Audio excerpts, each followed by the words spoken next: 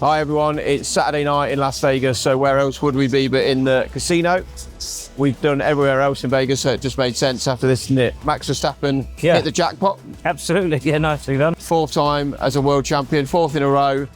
You mentioned it yesterday, but I think we need to touch on it.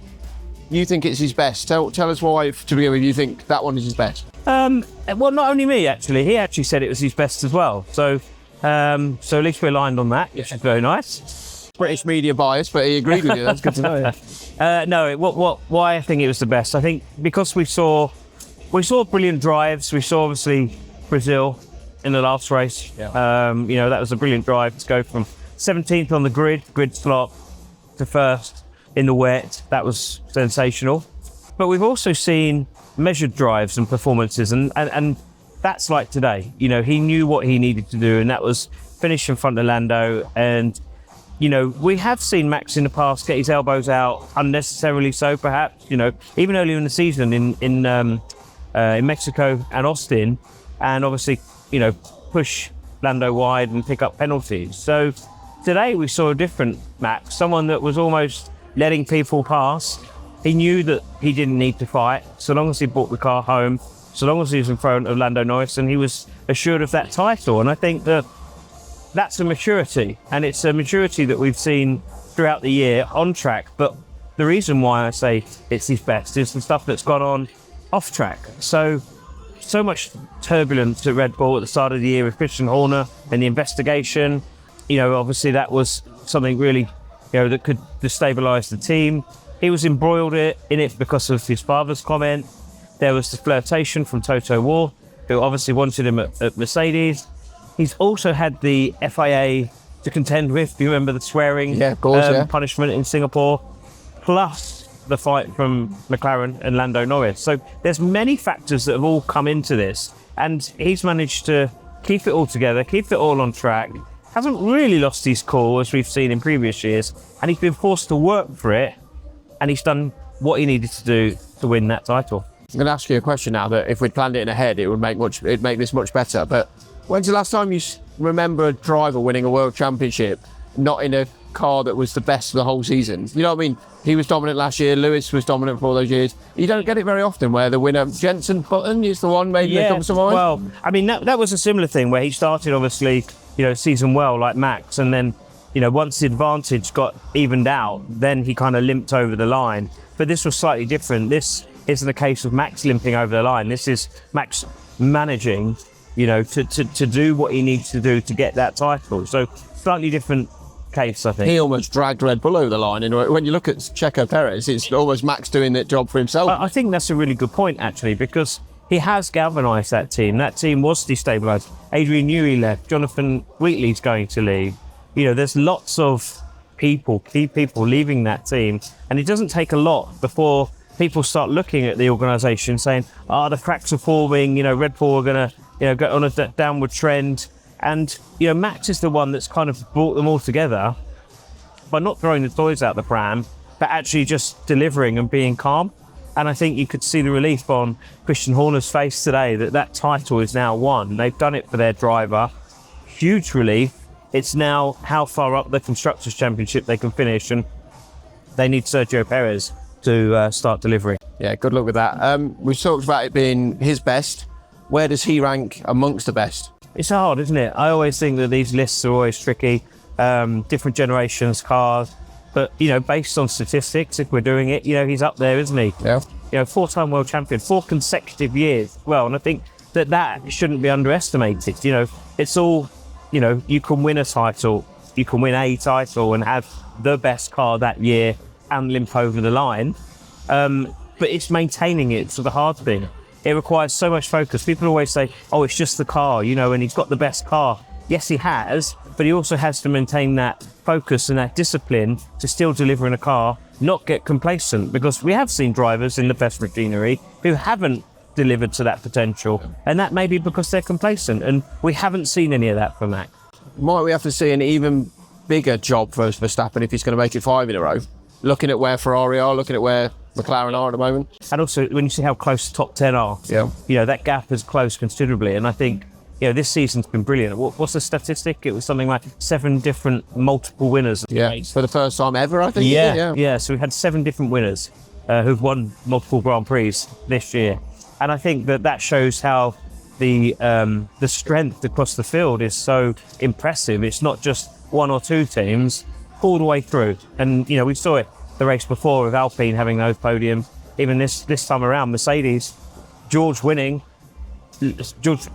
winning, Lewis Hamilton second, Carlos Sainz third. We didn't necessarily predict that when we were... Well, we definitely didn't predict that, did we? It's a good point you make there about how everyone's so close now, because those it's almost in a way, if it was just McLaren against Red Bull, it would have given Lando Norris a much bigger chance, but those other teams have taken victories almost off of McLaren, haven't they? Yeah. Which is an interesting point, I think. Would Max against Lando, you think it's them two in a scrap for the title, but it isn't, because when you've got all these other drivers, all these other teams capable of winning, it's the old adage of people taking points off each other. Yeah, it's the variables and not really knowing what your competition are doing. If you've got teams out of the mix, then you don't really consider them. They don't come into the equation. But all of a sudden, if you've got to worry about when the Alpines are pitting, or when, Ferrari are pitting, it's another calculation that has to go through the system for strategy, and they've got to get that right. So it's just an added complication, and to come out on top in the Drivers' Championship is impressive. Obviously, if you do it in the Teams' Championship, it's also, particularly impressive because you've got the 2 drivers bringing you home. Last bit on Max, going back to that Brazil drive now, the fact we can now toast that as the driver of the champion, it makes it almost a little bit even more special than it was at the time, I think, doesn't it? I think it was special enough as it is. I don't think we need to embellish it anymore. It was a brilliant drive. And, again, like you were talking about the best drivers, it's hard to pick which is the best wet weather drive, and it's open for debate. But that's why we love Formula One. That's why we love sport, because everyone's got different opinions. So, I'm not going to rank it, but it's up for other people to do that. Speaking of which, Autosport Awards, obviously, if you think that's the best driver of the season, the moment of the season, get on the website and vote now. I think I voted for Hamilton to win at Silverstone. Yep. Let's move on a little bit and talk about Lando Norris and McLaren. They were nowhere near today, were they? Yeah, I don't think we saw them on the TV pictures once, did we? They were just anonymous, and that's been, actually that's not true. It hasn't been the case all weekend, because they were quite quick, weren't they, in FP1 and FP2, and, looking strong, and for whatever reason, they just couldn't make the same progress that the other teams did. So, it's a strange one. I mean, if you look at that, you could easily say, oh, maybe, Lando's lost his mojo a little bit, now he's out of the championship. That's all done and dusted. It'd be an easy assumption to make. I still think we need to look at the next couple of races just to see how McLaren finish the season. They're still leading the Constructors' Championship, but Ferrari picked up some big points today, and I think, that's going to go down to the wire. And of course, it's keeping it interesting for all of us. I was in the pen with Lando and then spoke to Andrea Stella afterwards as well.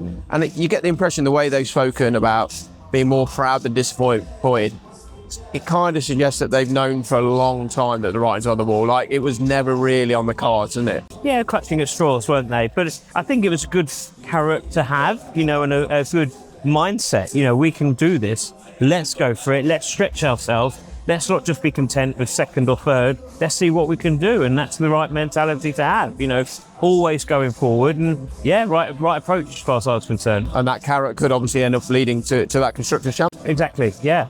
Let's talk then about the actual race winner himself, because what a drive from George Russell. Didn't ever look under any danger until close towards the end, but even then he seemed to have the gap held, didn't he? Yeah, and the thing about George this year is I've been really impressed with how he stepped up as well. He's always been this second figure to Lewis. He calls him the GOAT. The fact is that next year he's going to have to step up to be that team leader to Kimi Antonelli, who's vastly inexperienced. And so George is leading by example, and I think that was a team leader's performance today. He was measured, calm, and did what he needed to do. And impressive stuff from him. Yeah, you'd have thought that might have come next year, but it's good that he's already kind of assumed that role, even with Lewis still in the team, isn't it? He's had a really good week. If you remember back to the press conference, I was asking about the race director, and he was really good on that subject and how they were a little bit concerned coming into this weekend. But then after qualifying, I asked him for an update, and he said that he was really impressed with the new race director that's come in. This was obviously his first race. Thankfully, no real big incidents, but I don't know how you found it, but I thought the decision making was pretty swift. He was very quick, wasn't he? I was thinking it's worth saying, George almost showed, we said about leadership, he kind of led the drivers on and off the track this weekend, didn't he? And it is good to see from a guy who, he's still fairly young, but he has been around for a while. He's got a good head on his shoulders, and I think he's showed that team can live and survive and even maybe thrive without Lewis. And moving on to Lewis, what a drive, but really wasn't in the mood to talk about it and big himself up after the race, was it? No, it's difficult, isn't it? When you go from 10th on the grid to second, you would have thought, yes, that's absolutely wonderful tub-thumping result. But, of course, the man in front of him is his teammate, and you're never happy finishing behind your teammate. No Formula One driver's happy about that. So I think with Lewis, he's just going through this, long goodbye now with Mercedes. He's got one eye on next year. He can see the potential in that Ferrari car. I thought it was interesting when Carlos Sainz was asked about strategy, because Charles Leclerc was deeply unhappy with some of the decisions that they made. Carlos Sainz also unhappy, and Lewis is listening to this, knowing that he's going to Ferrari next year and thinking, what am I walking into? Because Mercedes has just won this race, everything's well-oiled and organised. It's an unknown, and I think it's kind of a moment that he's processing and thinking, I'm leaving this behind. There's potential in this car, could be fantastic, but obviously there's problems there as well. It's under no illusion that it's going to be a cakewalk. Yeah, and on Lewis as well, I suppose the frustration there is probably because he was quicker than George for all of those closing laps. I think he's kicking himself over qualifying still, basically, isn't he? Because other than that, he probably wins that race. Yeah, which used to be his strength, of course. Actually Sunday and Saturday, but the qualifying hasn't been good this year. George has probably edged that battle and done so comfortably. So. Yeah, and we know Leclerc likes a good quality as well, so he's going to have to step up as soon as he gets into that car, isn't he? Yeah.